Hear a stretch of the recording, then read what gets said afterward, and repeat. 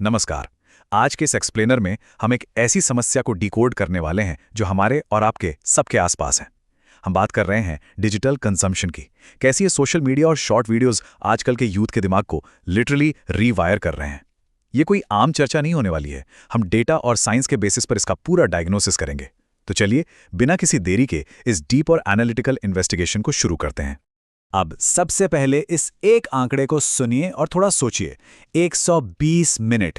भारत में 18 से 24 साल के युवा आजकल औसतन 120 मिनट यानी पूरे 2 घंटे हर रोज सिर्फ सोशल मीडिया पर बिता रहे हैं।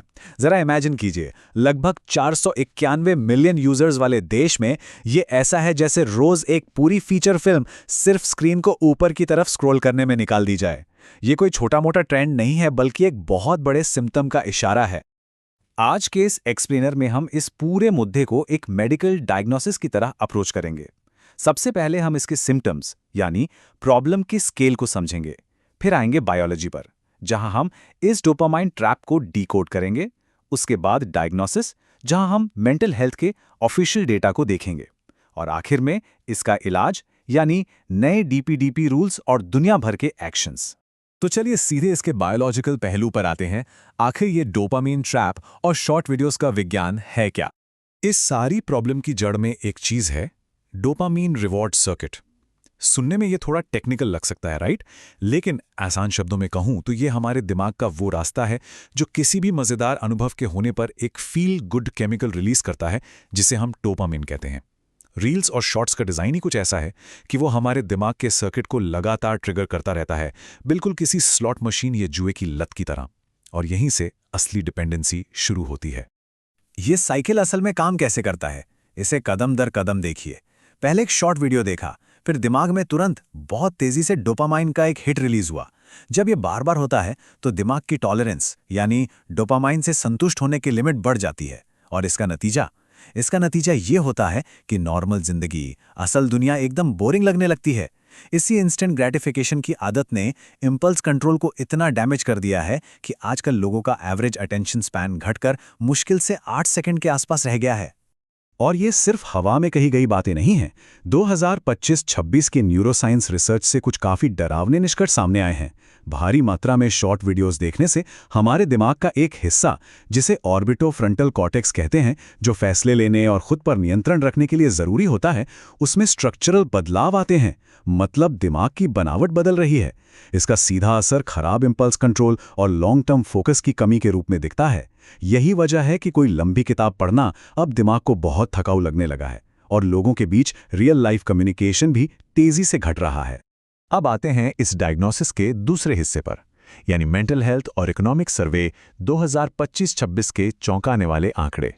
इस पॉइंट पर थोड़ा गौर कीजिएगा, क्योंकि ये बहुत बड़ी बात है। इकोनॉमिक सर्वे 2025-26 ने पहली बार ऑफिशियल तौर पर डिजिटल एडिक्शन को नेशनल लेवल की इकोनॉमी और प्रोडक्टिविटी के लिए एक बड़ा खतरा माना है।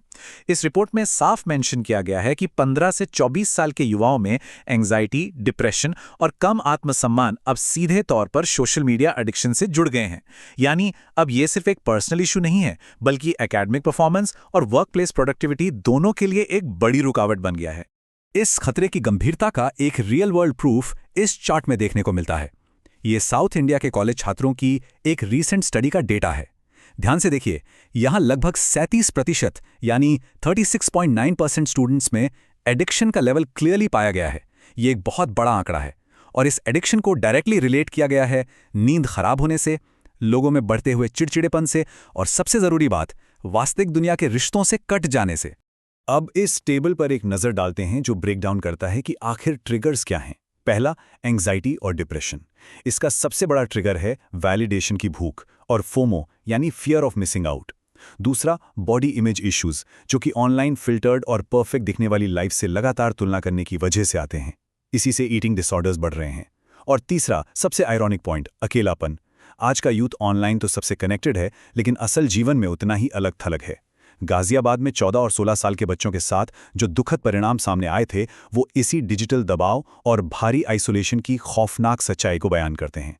प्रॉब्लम को समझ लिया, बायोलॉजी देख ली, तो अब सवाल ये है कि आखिर इसका इलाज यानी ट्रीटमेंट क्या है? भारत के नए डीपीडीपी रूल्स और बाकी दुनिया के एक्शन में क्या फर्क है? दुनिया भर में अब इस समस्या से निपटने के लिए एक लीगल चेन रिएक्शन शुरू हो चुका है। 2023 में अमेरिकी सर्जन जनरल की पहली चेतावनी से लेकर जनवरी 2025 में भारत के डीपीडीपी नियम लागू होने तक, और अब तो दिसंबर 2025 में ऑस्ट्रेलिया 16 साल से कम उम्र के बच्चों के लिए सोशल मीडिया पर पूरी तरह से बैन लगाने जा रहा है। ये टाइमलाइन दिखाती है कि देश अब युवाओं को डिजिटल नुकसान से बचाने के लिए कितने एक्टिव हो गए हैं। अगर हम पॉलिसीज को कंपेयर करें तो एक बड़ा कॉन्ट्रास्ट देखने को मिलता है। भारत का अप्रोच डीपीडीपी नियमों के तहत पेरेंटल कंट्रोल और डेटा प्रोटेक्शन पर आधारित है। यहाँ 18 साल से कम उम्र के यूजर्स के लिए वेरीफाइबल पेरेंटल कंसेंट यानी माता-पिता की मंजूरी जरूरी की जा रही है। वहीं दूसरी तरफ ऑस्ट्रेलिया ने एक एक्सट्रीम ब्लैंकेट बैन का रास्ता चुना है। वहाँ 16 साल से कम उम्र के लिए पूर्ण सोशल मीडिया बैन होगा और जो प्लेटफॉर्म्स इस नियम को तोड़ेंगे उन पर भारी जुर्माने का प्रावधान है।